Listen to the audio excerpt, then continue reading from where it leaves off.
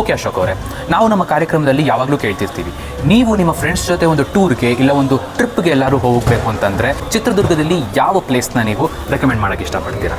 ಹಾಂ ಅಣ್ಣ, ನಾವು ಚಿತ್ರದುರ್ಗಕ್ಕೆ ಅಂತ ಬಂದಾಗ ಕೋಟೆ ಯಾವಾಗಲೂ ಬಂದೇ ಬರ್ತೀವಿ. ಆದರೆ ಕೋಟೆಗೆ ಹೊಂದಿಕೊಂಡಂತೆ ಇನ್ನೊಂದು ಸ್ಥಳ ಇದೆ. ಯಾವುದಪ್ಪ ಅಂತಂದರೆ ಒಂದು ಗಿರಿಧಾಮ ಇದೆ, ಜೋಗಿಮಟ್ಟಿ ಅಂತೇಳಿ ಒಂದು ಗಿರಿಧಾಮ ಇದೆ. ಆ ಗಿರಿಧಾಮಕ್ಕೆ ನೀವು ಭೇಟಿ ಕೊಡಬೇಕು ಅಂತ ಹೇಳಲಿಕ್ಕೆ ಇಷ್ಟಪಡ್ತೀನಿ. ಯಾಕಪ್ಪ ಅಂದರೆ ಆ ಗಿರಿಧಾಮ ಬಂದು ಅತ್ಯಂತ ಎತ್ತರದ ಪ್ರದೇಶದಲ್ಲಿದೆ ನಮ್ಮ ಜಿಲ್ಲೆಯಲ್ಲಿ.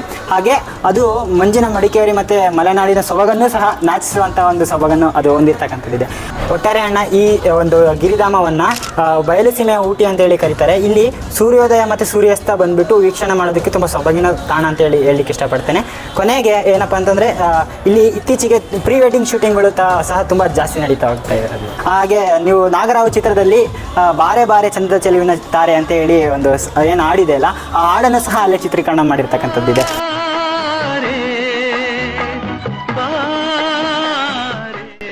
ಖಂಡಿತವಾಗ್ಲೂ ಅಶೋಕ್ ಅವರೇ, ಜೋಗಿಮಟ್ಟಿ ನಿಜವಾಗ್ಲೂ ಅದ್ಭುತವಾದಂತಹ ಜಾಗ. ನೀವು ಕೂಡ ಒಂದ್ಸಲ ವಿಸಿಟ್ ಮಾಡಲೇಬೇಕು. ನೀವಷ್ಟೇ ಅಲ್ಲದೆ ನಿಮ್ಮ ಫ್ರೆಂಡ್ಸ್ ಮತ್ತು ಫ್ಯಾಮಿಲಿಯವ್ರನ್ನೂ ಕೂಡ ಒಂದ್ಸಲ ಖಂಡಿತವಾಗ್ಲೂ ಕರ್ಕೊಂಡೋಗಿ ಅಂತ ಹೇಳ್ತಾ, ಚಿತ್ರದುರ್ಗದ ಬಗ್ಗೆ ಇಷ್ಟೊಂದು ವಿಚಾರಗಳನ್ನು ನಮಗೆ ತಿಳಿಸ್ಕೊಟ್ಟಿದ್ದಂಥ ಅಶೋಕ್ ಅವ್ರಿಗೆ ನಾನು ಮೊದಲನೇದಾಗಿ ಪೂರ್ವಕ ಅಂತ ಧನ್ಯವಾದಗಳನ್ನು ಹೇಳಕ್ಕೆ ಇಷ್ಟಪಡ್ತೀನಿ. ಧನ್ಯವಾದಗಳು ಅಶೋಕ್ ಅವರೇ. ಮತ್ತು ಫ್ರೆಂಡ್ಸ್, ಕರ್ನಾಟಕ ಅನ್ನೋದು ವಿನೂತನ ಮತ್ತು ವಿಶೇಷವಾದಂತಹ ಆಚರಣೆಗಳು ಮತ್ತು ಸಂಸ್ಕೃತಿಗಳಿರುವಂತಹ ತವರೂರು ಅಂತ ಹೇಳಿದರೆ ತಪ್ಪಾಗಲಾಗದು. ಇದರಂತೆ ಹಲವಾರು ಆಚರಣೆಗಳ ಬಗ್ಗೆ, ಸಂಸ್ಕೃತಿಗಳ ಬಗ್ಗೆ ನಿಮ್ಮ ಮುಂದೆ ವಿಷಯಗಳನ್ನು ತೊಗೊಂಬರುವಂಥ ಪ್ರತಿಯೊಂದು ಪ್ರಯತ್ನವನ್ನು ಕೂಡ ನಾವು ಮಾಡ್ತಿದ್ದೀವಿ.